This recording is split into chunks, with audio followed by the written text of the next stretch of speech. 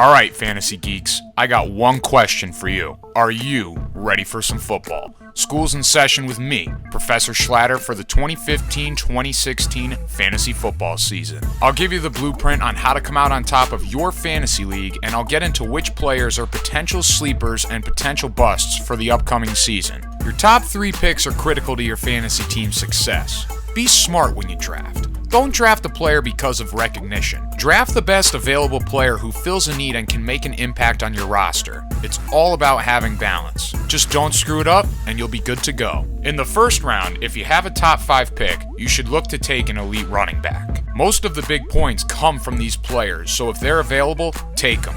Adrian Peterson's back from his suspension and should have fresh legs. To me, he is unquestionably the best player in the NFL and should be taken number 1 in everyone's draft. If Peterson's off the board, you can roll with either Jamal Charles from Kansas City, Le'Veon Bell, Marshawn Lynch, and even Eddie Lacy from Green Bay. But if you're not able to land any of these backs with your top pick, that's okay. There's still some solid running backs you can choose from, or you could take a premier wide receiver. You can't go wrong with Dez Bryant, Antonio Brown, or Jordy Nelson, and depending on how big your league is, you can take Julio Jones, Calvin Johnson, Odell Beckham, or Demaryius Thomas. In the second and third rounds, there's other receivers you can choose from, or you could look for a quarterback. In fantasy football, you don't have to have an elite quarterback to have a good fantasy team. It'd be nice, but you could definitely get away without having one. Aaron Rodgers is the best quarterback to take in the draft, coming off his MVP season throwing 38 touchdowns and only 5 interceptions. After Rodgers, you could take either Andrew Luck or Russell Wilson, who both put up incredible fantasy numbers in 2014,